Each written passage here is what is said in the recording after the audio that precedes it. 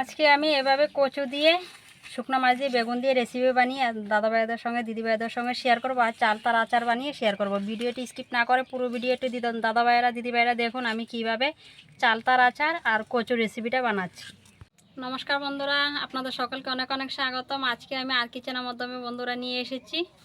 এই দেখুন আজকে মুখী কচু নিয়েছি, ছোট ছোট, এগুলি আমরা মুখী কচু বলি। আপনারা কি বলেন বন্ধুরা জানি না, অবশ্যই আমাকে কমেন্ট করে বলবেন এই কচুটাকে আপনারা কি কচু বলেন। এই দেখুন এই কচু দিয়ে আর আজকে শুকনা মাছ দিয়ে বানিয়ে আপনাদের সঙ্গে শেয়ার করবো। এই দেখুন আমি নিয়েছি এখানে 5টি শুকনা মাছ, আর কচুর জন্য নিয়েছি পেঁয়াজ আর রসুন। আমি একসাথে এগুলি কেটে নেব আর একটা মজাদার রেসিপি একটা শেয়ার করব বন্ধুরা। এই দেখুন আজকে অনেক গরম দিয়েছে, এই চালটা দিয়ে আজকে একটা আচার বানিয়ে আপনাদের সঙ্গে শেয়ার করব। দেখতে থাকুন বন্ধুরা। আমি কচুগুলি আর চালতাগুলি এখন প্রথমে কেটে নেব।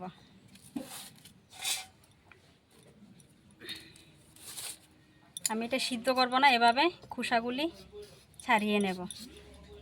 এখন বন্ধুরা আমি কচুর সঙ্গে দেব বেগুন, আর বেগুন দিয়ে কচু দিয়ে শুকনো মাছ দিয়ে খেতে অনেক ভালো লাগে, তাই আমি এই ছোটো ছোটো সাইজের চিকনা লম্বা বেগুনগুলি 3টি নিয়েছি। এই 3টি বেগুন দিয়ে দেব সাথে।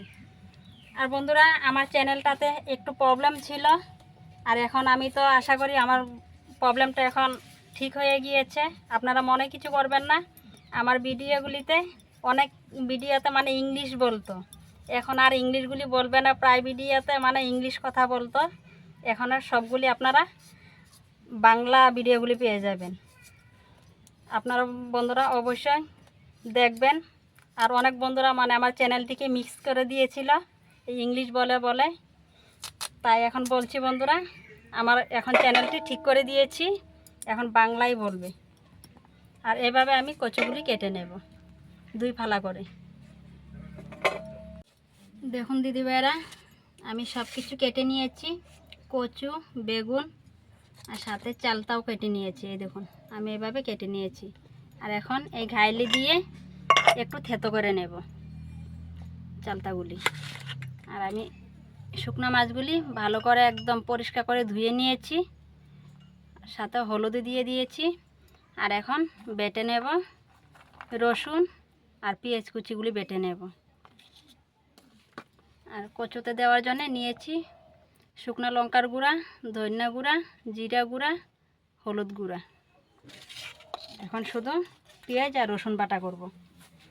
আর চালতার জন্যে নিয়েছি শুধু সরিষাটাও বেটে নেব। আমি সব কেটে বেটে রেডি করে নিয়েছি, কড়াইয়ে বসিয়ে দিয়েছি। এখন দিয়ে দেব তেল দিয়ে দিয়েছি। প্রথমে আমি বেগুনগুলি ভেজে নেব।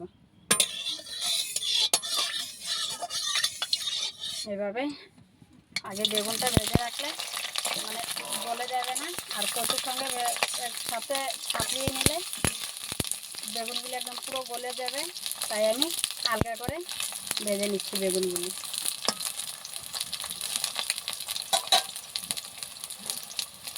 অল্প একটু দিয়ে দেবো লবণ, দিয়ে দেবো হলুদ গুঁড়া, লাল করে ভেজে নেব। বেগুনগুলি আমার ভাজা হয়ে গিয়েছে, এভাবে আমি লাল করে ভেজে নিয়েছি। এখন তুলে নেব।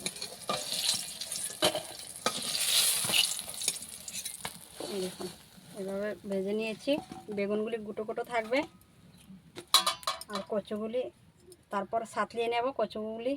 কচুর সাথে বেগুন দেওয়ার পর গলে যায় বেগুনগুলি, খেতে ভালো লাগে না। আর আমি শুকনো মাছগুলি এখন ভালো করে ভেজে নেব।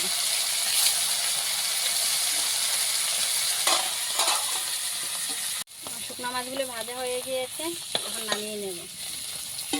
এভাবে ভালো করে ভেজে নিয়েছি। এই দেখুন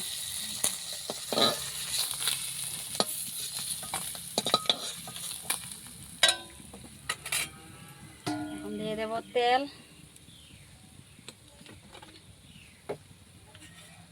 সাথে দেব পেঁয়াজ কুচি, পেঁয়াজ কুচিটা একটু নাড়াচাড়া করে ভেজে নেব লাল করে। এখন দিয়ে দেব রসুন বাটা আর পেঁয়াজ বাটা। রসুন বাটা পেঁয়াজ বাটাটা ভালো করে ভেজে নেব, ভেজে তারপর দিয়ে দেবো কচু। মশলাটা একটু ভেজে নেব লাল করে। আমার রসুন বাটা পেঁয়াজ বাটা ভালো করে ভাজা হয়ে গিয়েছে। এখন দিয়ে দেব কচু।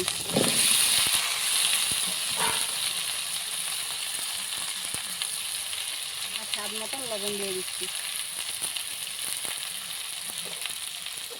এখন কচুটা আমি ভালো করে ভেজে নেব।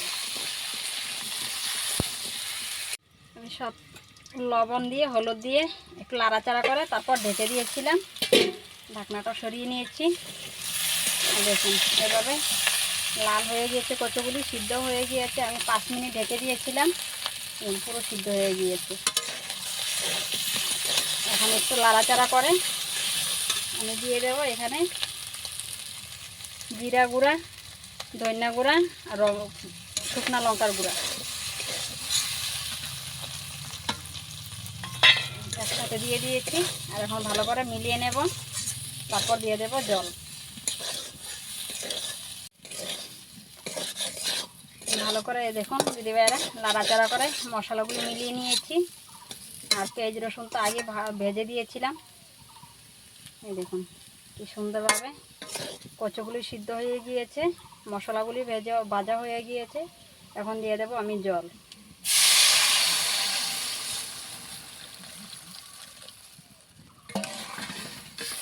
জলটা দিয়ে একটু ফুটিয়ে তারপর দিয়ে দেব বেগুনগুলি যে ভেজে রেখেছি, বেগুনগুলি দিয়ে দেব। জলটা ফোটার পর দিয়ে দিয়েছিলাম বেগুন। এই দেখুন দিদিভাইরা বেগুন দিয়ে একটু জাল করে নিয়েছি। আর এখন দিয়ে দেব শুকনো মাছগুলি।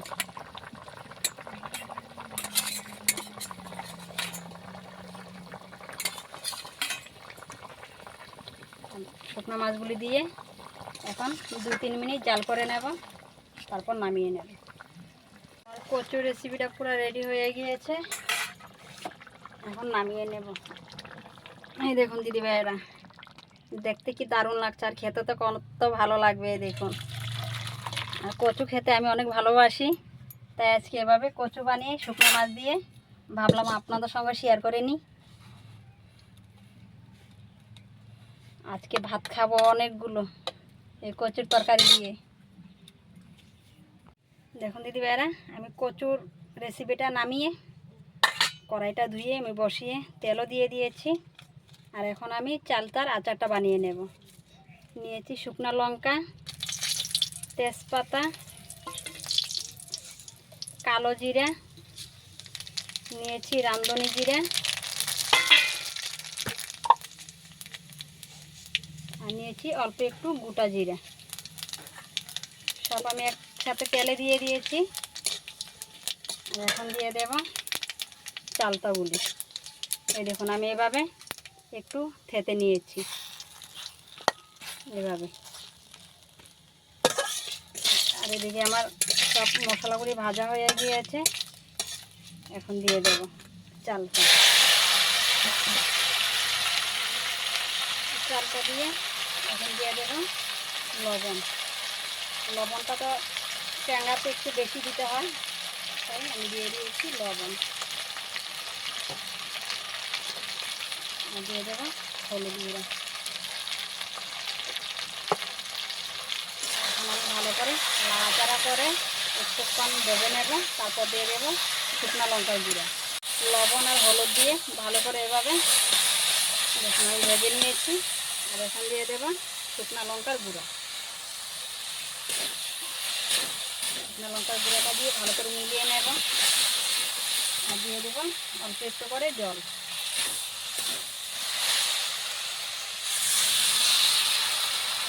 জলটা আমি কম করে দিয়েছি।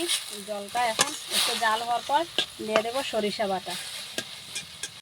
জলটা দিয়ে ভালো করে জাল করে নিয়েছি। এখন জলটাও শুকিয়ে গিয়েছে। আর এখন দিয়ে দেবো সরিষা যে বেটে রেখেছি, এই সরিষা দিয়ে দেবো।